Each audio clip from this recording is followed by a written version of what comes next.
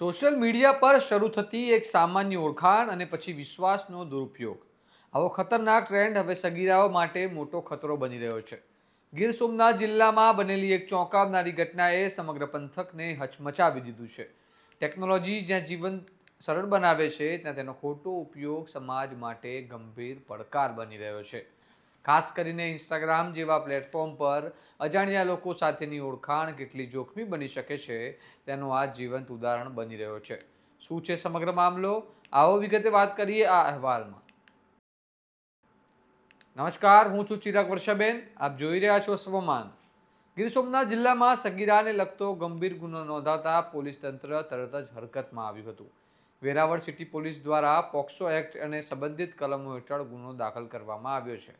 પ્રાથમિક માહિતી મુજબ આરોપી મોહમ્મદ સિરાજ ચૌહાણે સોશિયલ મીડિયા પ્લેટફોર્મ ઇન્સ્ટાગ્રામ મારફતે સગીરા સાથે સંપર્ક સાધ્યો હતો. શરૂઆતમાં સામાન્ય વાતચીત કરીને વિશ્વાસ જીતવાનો પ્રયાસ કરવામાં આવ્યો અને બાદમાં સગીરાને નિશાન બનાવવામાં આવી હોવાનું ફરિયાદમાં ઉલ્લેખ છે. ફરિયાદી પીડિતાને માતાના જણાવ્યા મુજબ આ ઘટના મહેંદી ક્લાસ દરમિયાન બની હોવાનો આક્ષેપ કરવામાં આવ્યો છે. આ સમગ્ર મામલો ત્યારે બહાર આવ્યો જ્યારે પરિવારજનોને શંકા જતા ઘટનાની માહિતી મળી. ત્યારબાદ તરત જ વેરાવળ સિટી પોલીસ સ્ટેશનમાં ફરિયાદ નોંધાવવામાં આવી હતી. પોલીસે તાત્કાલિક કાર્યવાહી હાથ ધરી ટેકનિકલ સર્વેલન્સ અને તપાસના આધારે ગણતરીના સમયમાં આરોપીને ઝડપી પાડ્યો છે. હાલ આરોપીને કસ્ટડીમાં લઈ આગળની તપાસ શરૂ કરવામાં આવી છે. સાંભળો આ મામલે ડીવાયએસપી શું કહી રહ્યા છે. વેરાવળ સિટી પોલીસ સ્ટેશનમાં ગઈ તારીખ 2/4/2026ના રોજ એક ભારતીય ન્યાય સંહિતાની કલમ 64(1) અને પોક્સો એક્ટની કલમ 3(a)(4) મુજબનો ગુનો દાખલ થયેલો. એમાં ફરિયાદીની સગીર દીકરીને એક આરોપી નામે મોહમ્મદ સિરાજ ઇમરાનભાઈ ચૌહાણ, જે વેરાવળ ખાતે રહે છે, જાનુ શેરી નવી મસ્જિદ, એને છેડછાડ કરી અને એની સાથે શારીરિક સંભોગ કરેલો બળજબરીથી. આ બાબતનો ગુનો વેરાવળ સિટી પોલીસ સ્ટેશનમાં દાખલ થયેલો છે. આરોપીને તાત્કાલિક પકડી લેવામાં આવેલો છે. આરોપીને હાલમાં જ્યુડિશિયલ કસ્ટડીમાં જુનાગઢ ખાતે મોકલી આપેલ છે. આ ગુનાની તપાસ વેરાવળ સિટી પીઆઈ શ્રી ગઢવી ચલાવી રહ્યા છે. સાહેબ, આરોપીના પીડિતાના પરિવારને ક્યારે જાણ થઈ?